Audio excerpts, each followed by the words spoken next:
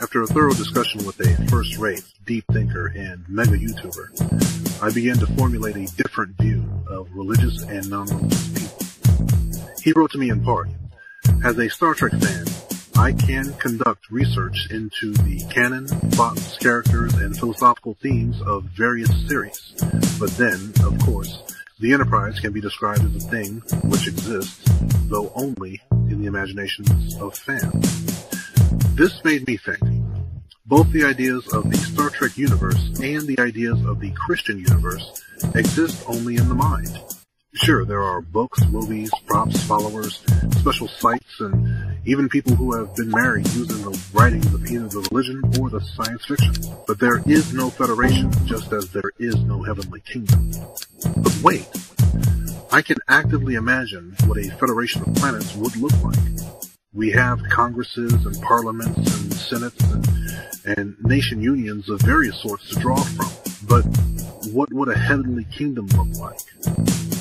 The Bible, in Luke 17:20-21, says, "And being asked by the Pharisees when the kingdom of God cometh, he answered them and said, The kingdom of God cometh not with observation.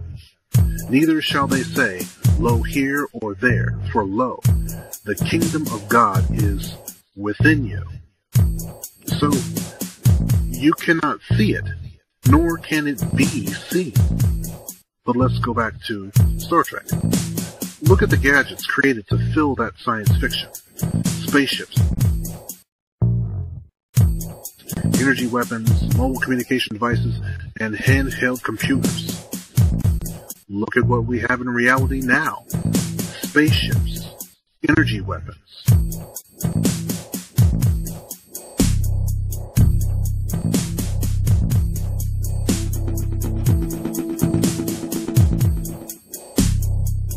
Cell phones and handheld computers. Think about that. The fiction has become real. A theory, whether scientific or layman, is a path that only can be taken in the mind, and a location which is reached only through reasoning.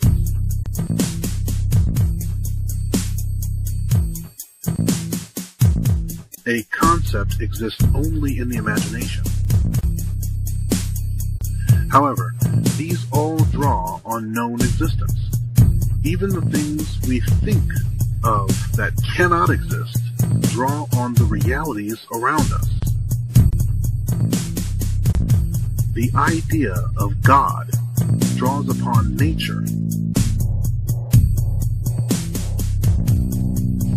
The natural universe, Earth's natural processes,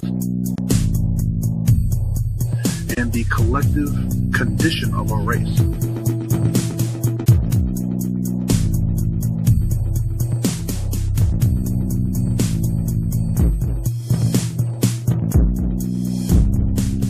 I don't know about the materials, but a replica of the Enterprise could be made. It could even be made space-worthy.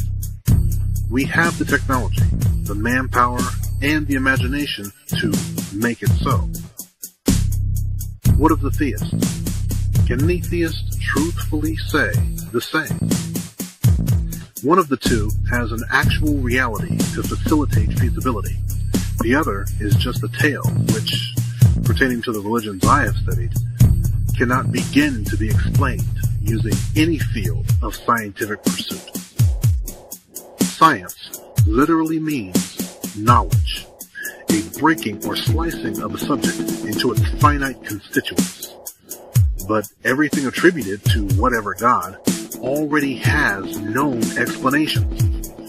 We can, have, and are in the process of building spacecraft to tour the universe. Earth is heading toward a unified one-world governance. Dollars will one day cease to exist as money, just as salt and shiny rocks before them. Humanity is creating the future we collectively have been imagining through our various science fictions. Yet, how does one make what cannot be seen, felt, or physically experienced in any way? Believers are after something that cannot exist. They are truly after a miracle. I would like to now set the definitions according to my thesis and see if they fit. This will establish falsifiability. The title, term, or name, theist, can be defined as one who waits on the impossible. The term agnostic, which literally means without knowledge, then seems inadequate in comparison. All people would then be agnostic, being that neither the theist nor the atheist have a science to provide evidence of any God. Religion is without basis for belief. No science. That is to say, no knowledge. All theists, therefore, are agnostic. So too the atheist. This new understanding nullifies any reasoning I can find for calling oneself agnostic. Duh, we all are. This leaves the title, term, or name, atheist. The literal meaning of which is without belief in God, or gods. I prefer deities. I would set the definition of atheist as one who does not wait for the impossible. I believe this simplified characterization takes nothing away from the actual literal definitions. Let me know what you think.